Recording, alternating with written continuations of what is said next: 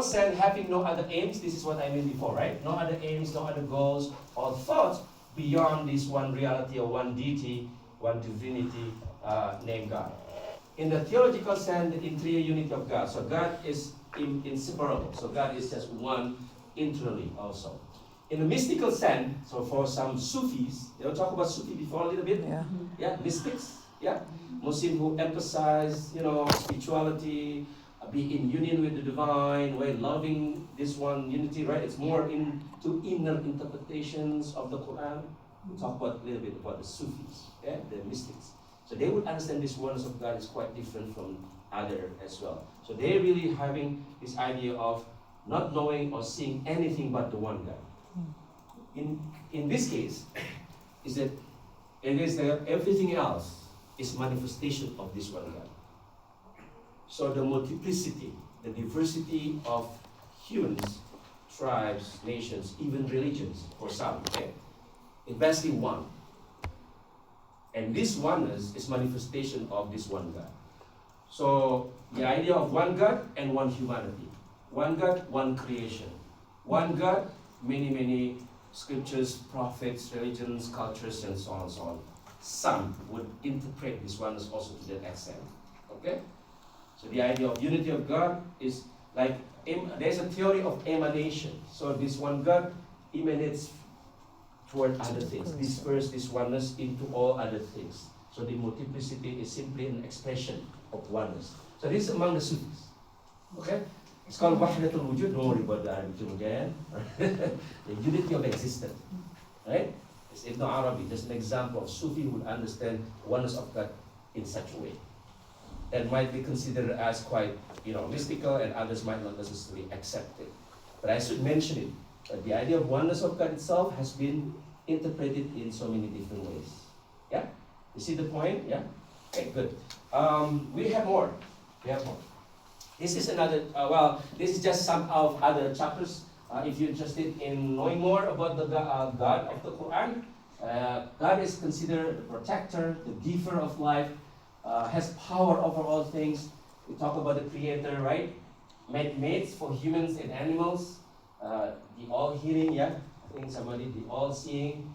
And God has full knowledge of all things. Yeah, has full knowledge of all things. This is interesting because many Muslims believe that every single thing that happens in this world, God knows. So this is quite relational to humans that think that they know everything, which in fact, according to the Quran, humans don't know many things. And only God knows everything. Yeah, please. So this notion of God has full knowledge is also emphasized or highlighted in the Quran. Yeah?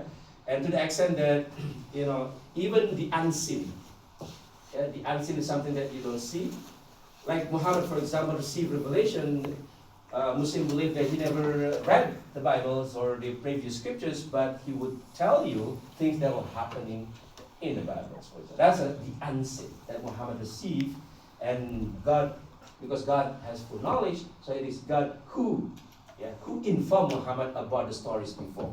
So that's why the stories before Muhammad was considered as part of the Al-Ghaib. Yeah?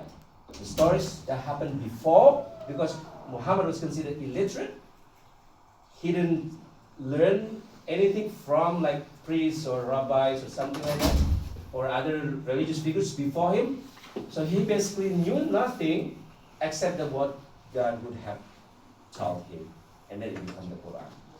You see the point, yeah? Okay, thank you. Yeah, the time. All at the same time, he sees until he Very good. exists in this time. Very good. What do you think? I like that. Like, time doesn't really apply to God. He sees everything kind of at the same time. Mm-hmm. It doesn't exist in one point of time. He sees the future. Right. Yeah. Yeah, I just want to open the discussion. That's a good question. What is the question? What's Say the it again a question? little bit I louder. was asking, like, where in time does God exist? Does he exist, like, seeing everything at the same kind of linear? Or does he exist at one point and he can see into the future? Or, like, you know how they say that God knows everything that's going to happen? Mm-hmm. Does he actually know what's going to happen, or is it already predetermined? You're Very good. Anyone want to say something about it? Go ahead, go ahead. Outside of time. Okay, outside of time. Anyone else? Outside of time? Yeah? Because time and place are, it's a creation. God is, remember we talked about God is independent of everything else.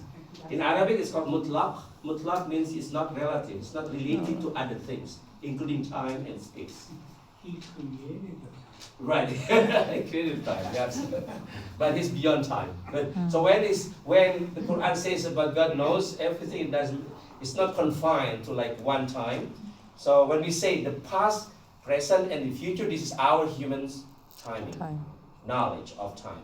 But God has no time perspective. According to the Quran, you don't have God only knows everything in this time and the future. When say God knows the future, it's our use the term of the future.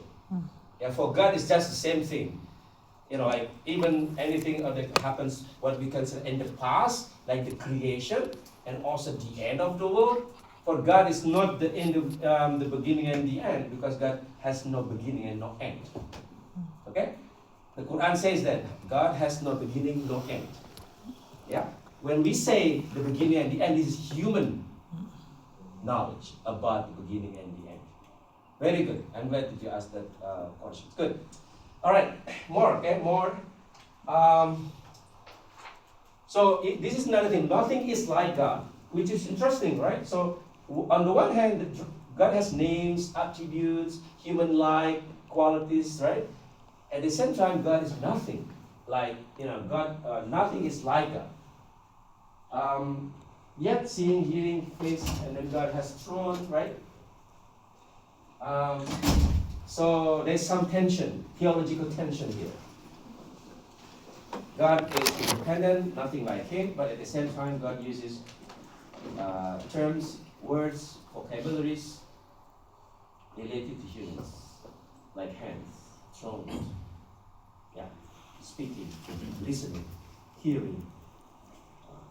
So what do you think? How would you make it? How would you explain this? On the one hand, God, and nothing like God, nothing is like God. On the other hand, God is described in the Quran in an anthropomorphic way. Yeah, anthropo, like a human-like, meaning something like human being then. You see the point? You see what is the question? Yeah. This is a theological question. Yeah. But the Quran uses this. Nothing is like God on one hand. On the other hand, God has hand. Yeah? And has thrones, ears, eyes. Yeah? What do you think? It's his choice. Yeah? He's choosing to relate himself to us. Good. That's good answer. Good explanation. What else? Yeah, why do you think so? Why do you think that there's these different things about different explanations here? Because I think he operates what we need to know basis. Yeah. Yes?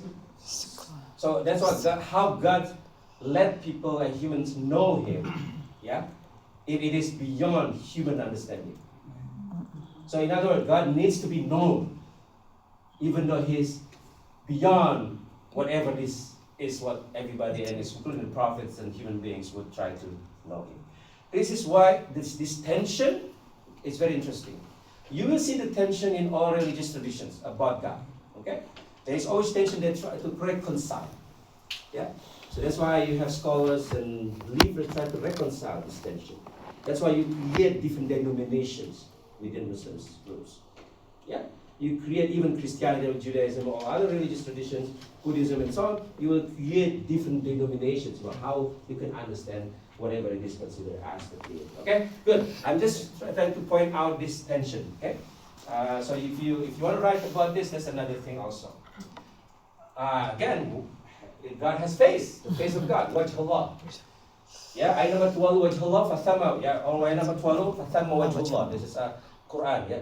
Wherever you direct yourself, God's face is there. The Quran says.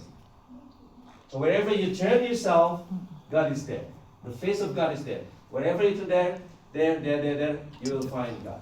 So there's a face of God everywhere. Why do you think that? What is the reason behind it? Possible rationale behind, this one. To God belongs the east and the west. Wherever you turn them, there is His face. What do you think? Why do you think that? That's the case. Yeah.